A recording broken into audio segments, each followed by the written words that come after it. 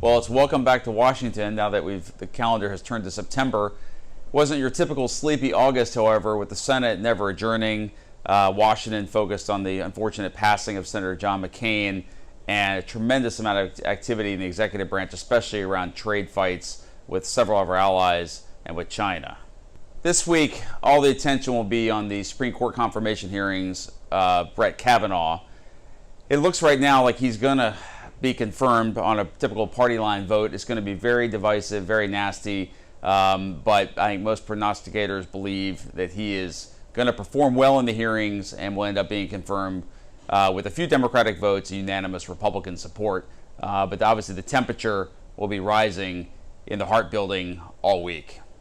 The other main issue occupying people's attention is keeping the government funded. Ironically, it looks like the fighting over the appropriations process has been relatively muted during August, particularly because the president doesn't seem inclined to want to pick a fight about funding for the wall on the southern border. Of course, that could change, but right now it looks like the appropriations process may sail into a fairly non-contentious end game as we head towards September 30th.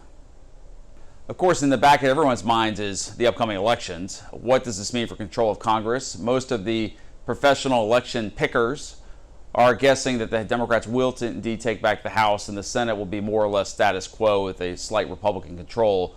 But these are not normal times, and there's a lot of work and campaigning to be done between now and the first week of November.